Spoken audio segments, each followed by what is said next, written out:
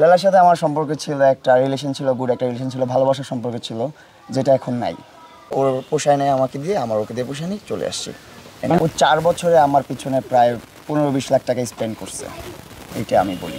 বয়সী ছেলেকে বিয়ে করছে এগুলা বলছে অনেক মানুষ। ও আর আমার বংশ হচ্ছে মাল বংশ, আমার বাপ দাদা সবই মাল, আমিও মাল, অ্যান্ড এটা হচ্ছে আমার বাড়ি। লালার সহযোগিতা অবশ্যই কিছুটা ছিল, কিন্তু ওইরকমভাবে না। যেমন আমার এই V3টা কেনার সময় ও আমাকে কিছুটা দিছে অ্যান্ড আমি কিছুটা ভরছি, অ্যান্ড এটা আমি নিজে একান্তভাবে কিনা, এটা একান্তভাবে করি না, অ্যান্ড পুরো বাড়িটা আমার একান্তভাবে করা। কিন্তু মাঝে মধ্যে হচ্ছে একটা সময় হচ্ছে যে আপনারা জানেন যেহেতু আমি সোশ্যাল মিডিয়াতে ডিপেন্ডেড, তো মাঝে মধ্যে স্যালারি আটকে যেত, একটা রেমিটেন্স আটকে যায় মাঝে মধ্যে, যেহেতু এটা হোল্ড হয়ে যায় মাঝে মধ্যে। যখন হোল্ড হয়ে যায় তখন আমার মিস্ত্রিরা তো ওরা তো আমার এখানে কাজ করে, যখন তো আমার টাকা নিয়ে তো ওদের সংসারটা চলতেছে তখন রাইট নাও, তখন ওরা তো 6 মাস 1 বছর একটা চুক্তিবদ্ধ থাকে, আমাদের টাকা নিয়ে ওদের ফ্যামিলিটা রান করে। তো ওই টাইমটাতে যখন আমার টাকাটা হোল্ড হয়ে গেছে, তখন আমি লালার কাছ থেকে 1 মাসের যে পেমেন্টটা সেটা নিয়ে নিয়েছিলাম, বা এই যে মিস্ত্রিদেরকে যতটুকু দিতে হবে সেটা আমি চাইছিলাম, লালাকে বলছিলাম, দেন লালা আমাকে হেল্প করছিল। এটা এরকমই, কিন্তু পুরো বাড়িটা আমার আর্নিং। দিন টাকা পয়সা কিছু না, এমনি কিছু কথাবার্তা ভালো লাগে নাই, আমার কিছু ওর কাছে ভালো লাগে নাই, ওর কিছু আমার কাছে ভালো লাগে নাই। সো ওইগুলো নিয়ে ওর মতন আমি আমার মতন, আমি বলছি তুমি তোমার মতন লাইফ লিড করো, আমি আমার মতো লাইফ লিড করি, ও সেম বলছে। সো এইটাই, আর কিছু না। ওর মতো থাকুক, আমি আমার মতো থাকি। আমি চেষ্টা করবো আমার মতো কন্টেন্ট করে আপনাদেরকে বিনোদন দেওয়ার জন্য। আমি চেষ্টা করবো যতটুকু সম্ভব আমার ধারা ততটুকু বিনোদন আপনাদেরকে দিব।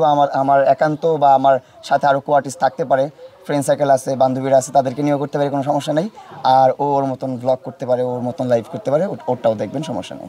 ও আমার সাথে পরিচয় হওয়ার আগে সোশ্যাল মিডিয়াতে ছিল না। ও নিজেও অনেকবার বলছে আপনাদের ইন্টারভিউতে যে সোশ্যাল মিডিয়ার কোনো কিছু বুঝে না অ্যান্ড জানে না, এখানে ওর কিছুই নাই। আর এটা না থাকলে ওর কিছু যায় আসবে না। যেমন আমি অনেকটা ডিপেন্ডেড এই সোশ্যাল মিডিয়ার উপর। যেমন এই সোশ্যাল মিডিয়ার আর্নিং দিয়ে আমার ফুল ফ্যামিলিটা আমি রান করি। এই যে পিছনে যে বাড়িটা দেখতেছেন, এই পুরো বাড়িটা আমার সোশ্যাল মিডিয়ার আর্নিং দিয়ে করছি।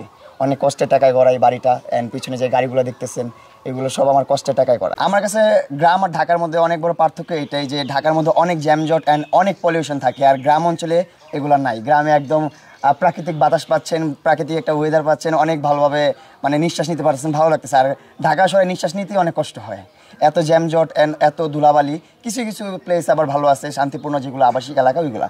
আর এমনি তো পাবলিক যে এরিয়াগুলো ওইগুলো তো অনেক একটু কষ্ট হয়ে যায়, এটাই পার্থক্য আর কি। খুশির কথার কারণে আমি কখনো পিছিয়ে ফিরে আসার মানুষ না, কারণ আমি 2018 থেকে স্ট্রাগল করতেছি। অ্যান্ড লালার সাথে পরিচয় আমার 2021 সালে, ওর সাথে প্রায় 3 বছর পরিচয়। ওর 21 সালের আগেও 18 সাল থেকে কিন্তু আমার ফ্যামিলিটা আমি নিজেই রান করছি, তখন তো ওর সাথে পরিচয় ছিল না। তাহলে ও কীভাবে আমার আর্থিক সহযোগিতা করছে? তখন তো আমি নিজের যোগ্যতাই চলছি।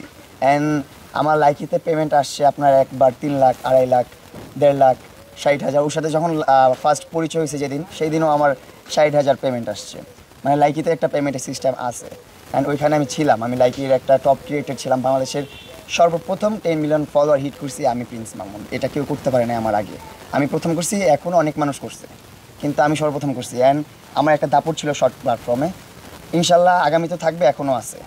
কন্ডিশন বলতে কিছু নেই আমাদের সম্পর্কে, কন্ডিশনের কিছুই ছিল না। ওর সাথে যে প্রথম সম্পর্ক, যখন আমাকে গাড়ি গিফট করছে, তখন ওর সাথে আমার কোনো রিলেশন ছিল না। ও আমার গার্লফ্রেন্ড ছিল না তখন। ও আমাকে ছোটো ছোটো মেটেরিয়ালস যেগুলো বলছে আমি গিফট করছে, যেমন মনে করেন একটা মোবাইল গিফট করছিল, দেন একটা ড্রোন গিফট করছিল, ক্যামেরা গিফট করছিল, এগুলো যখন গিফট করছে, তখন ওর সাথে আমার কোনো রিলেশন ছিল না। ও অ্যাজ এ আমার ওয়েল উইশার বা একটা দায় হার্ট ফ্যান হিসাবে আমাকে গিফট করছিল তখন। তো এইগুলা রিলেশনের বাইরে ছিল।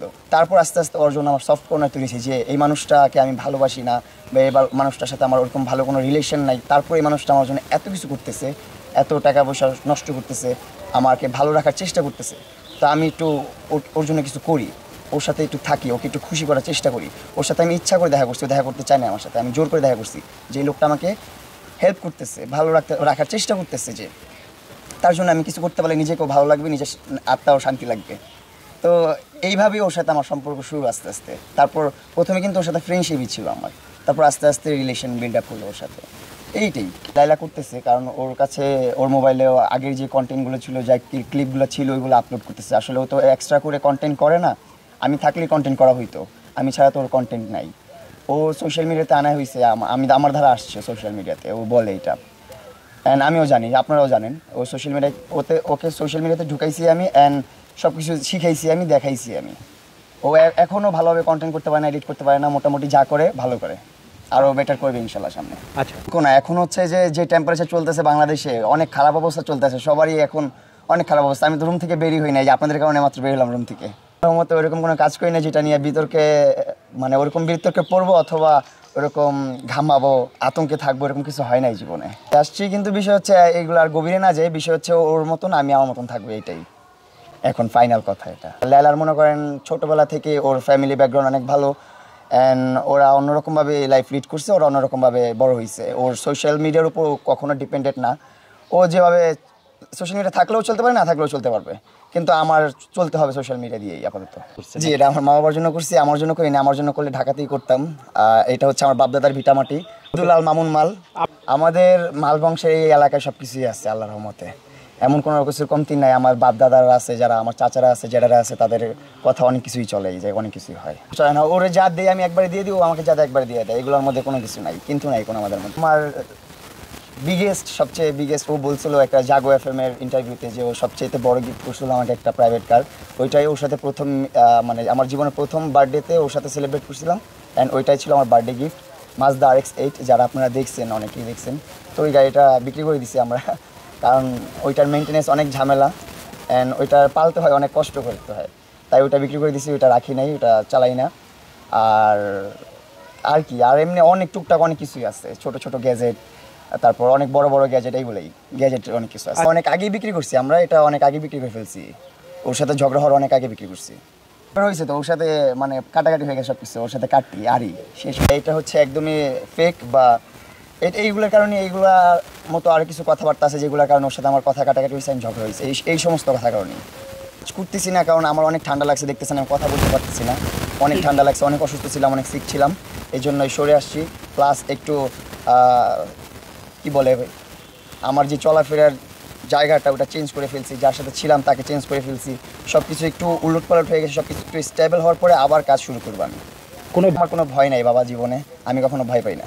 কিনেছিল 12 লাখ টাকা দিয়ে, সেটা অবশ্য এখন নেই, কিন্তু আমার দিক থেকে দেওয়ার মতো আমি ওকে একটা, যাই আমি মেটেরিয়ালস বলতে চাই না, আমি একটা কিছু দিয়েছি ওকে, অনেক কিছুই দিয়েছি, ছোটো ছোটো অনেক কিছু দিয়েছি, অ্যান্ড এইগুলো বলতে চাই না আমি সামনে এসে, ক্যামেরার সামনে এসে। আমি মনে করি যে ওকে ছোটো করা হবে বা ওকে অসম্মান করা হবে, আর আমি ওকে অসম্মান করতে চাই। এখন এটা জনগণ বলবে, আপনারা বলবেন, আমি জানি না। এখন ওর ক্রেডিট ওই নিতে চায়, আমার নিতে চাই না।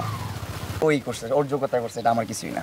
আমার ধারা অনেক ক্রিয়েটার উঠছে, অনেক ক্রিয়েটার, শুধু ও না, ও ব্যতীত বহুত ক্রিয়েটার উঠছে যারা এখন মাসে প্রায় 1-1.5 লাখ করে টাকা ইনকাম করে, এবং অনেক ক্রিয়েটার আছে যারা এখন অনেক মানে এমনভাবে কথা বলে সোশ্যাল মিডিয়াতে এসে বা কিছু কিছু কী বলে সাক্ষাৎকারে এমনভাবে কথা বলে, মানে ওরা অনেক কিছু অতীত ভুলে গেছে।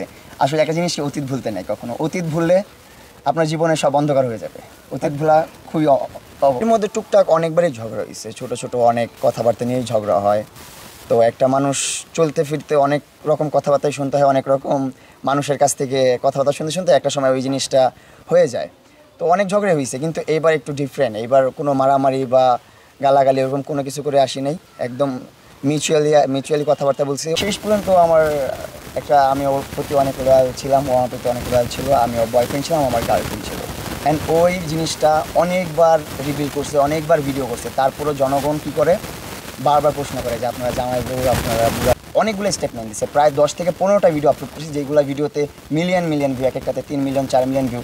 তারপরও কিছু সংখ্যক মানুষ যখন এই কথাটা উল্টা ধরতেই থাকে যে আমি বলতেছি আমি করি নাই বিয়ে, তারপরে মানুষ যখন বলে বিয়ে করছি, তখন আর মজা লাগে না, তখন বলছি যা তোরা যেহেতু এইভাবে মজা পাচ্ছিস, তাহলে এইভাবেই মজা নেই, তাই এইভাবেই মজা চলছে।